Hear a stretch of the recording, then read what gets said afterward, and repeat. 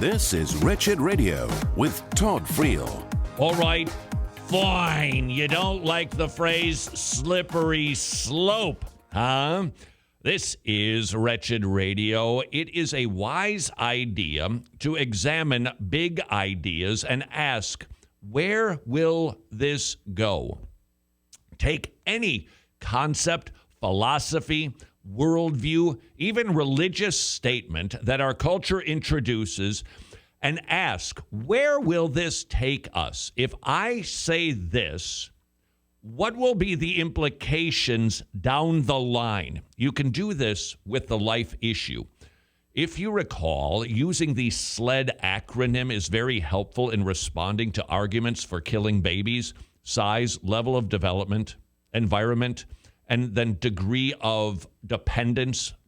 Those are the four categories that you can basically put every argument that the pro-choicers will throw at us. So, for instance, size. They will say, well, the thing is just a little peanut. It's too small.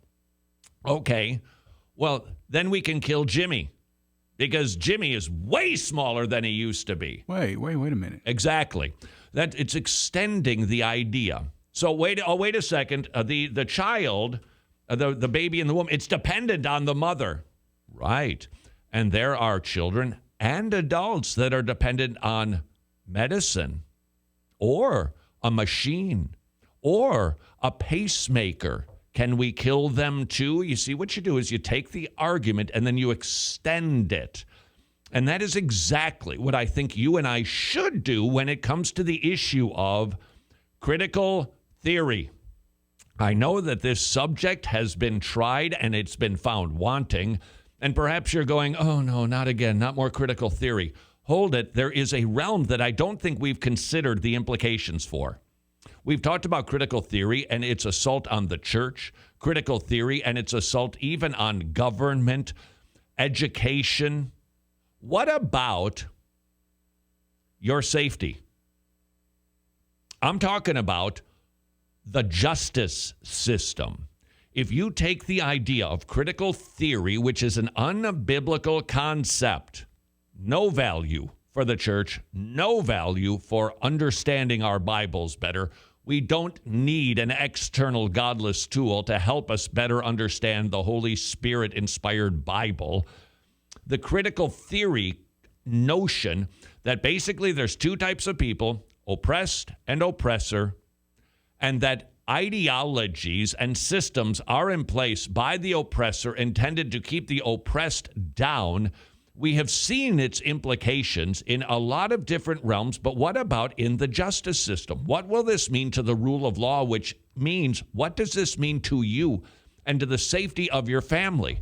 We are already seeing it. If this does not have your attention yet, if you have not been annoyed, agitated, and downright concerned when you hear people say we need to defund the police, that's what we're talking about here. Where's this coming from? Where did this idea come from?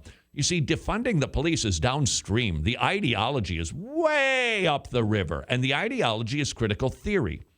From James Lindsay, I don't know much about the fellow, so I don't know his perspective, but he dove into critical theory and the rule of law.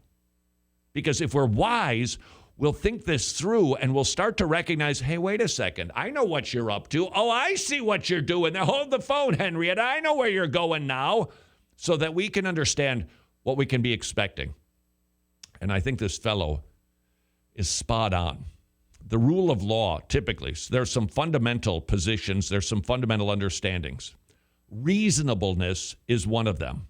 In an advanced legal system, we depend on the concept of reasonableness. In other words, okay, I get what's going on there because I'm reasonable. We all understand what's actually happening. Specifically, a standard known as the reasonable person standard asks the question, what would be reasonable in, or what would a reasonable person make of a given situation? That is important for the rule of law.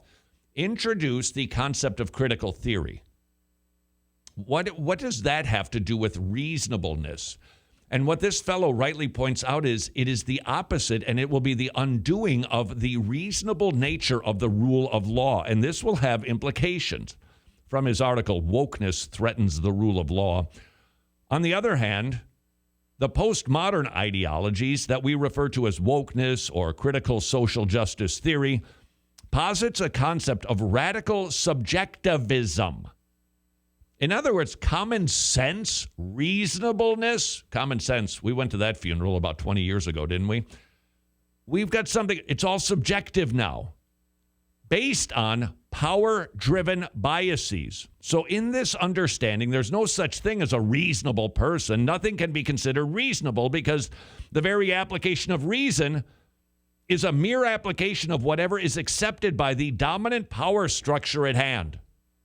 So the undermining of the justice system is going to come from removing the idea that this is a reasonable consideration, because the reason this is important, for instance, is, and your kids maybe have done this to you, there's something that happened. Okay, there's a body on the floor, and there's blood surrounding him, and there was somebody was caught standing next to the body with a knife that had blood dripping off of it. And you'd go, well, pretty reasonable what happened there, right? And then, no, hold on.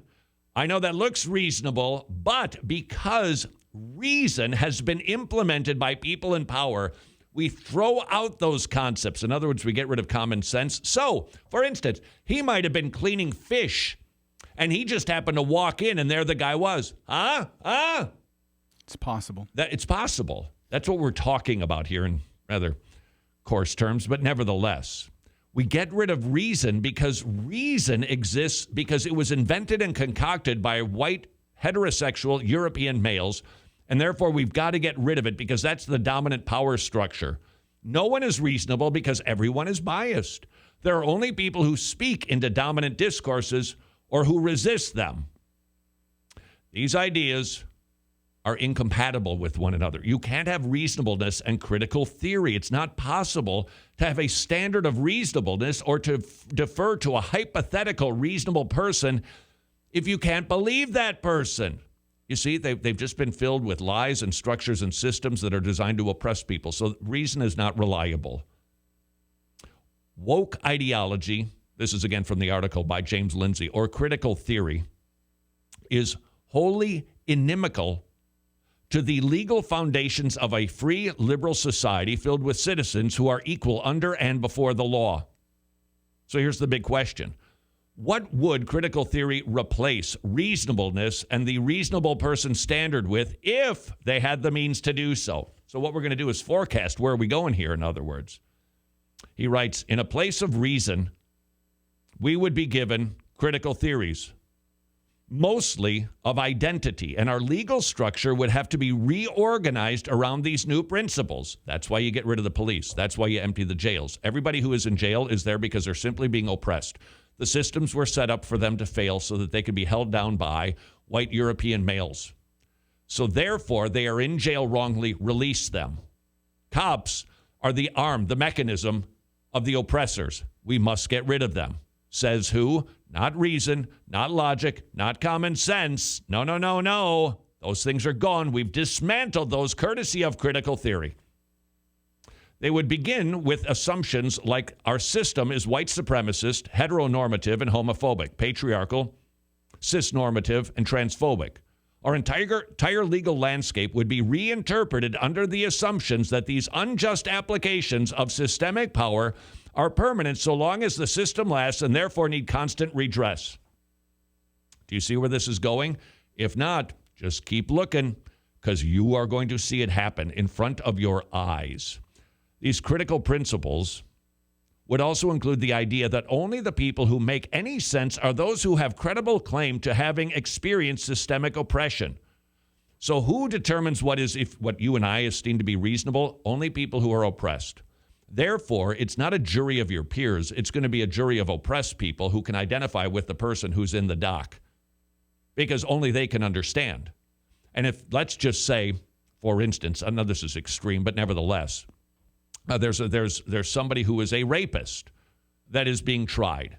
Well, only people who have been held down and struggled and perhaps not allowed to express their sexual freedom, There's your jury, because they need to be able to understand. That's what we're talking about here. That's where they're going to be taking this. Bad example, but you get the point. Critical theories, replacing reasonable people. The system would corrupt itself around the notion of the aggrieved person, where the only authentic expressions of grievance are those that match the claims of critical theorists.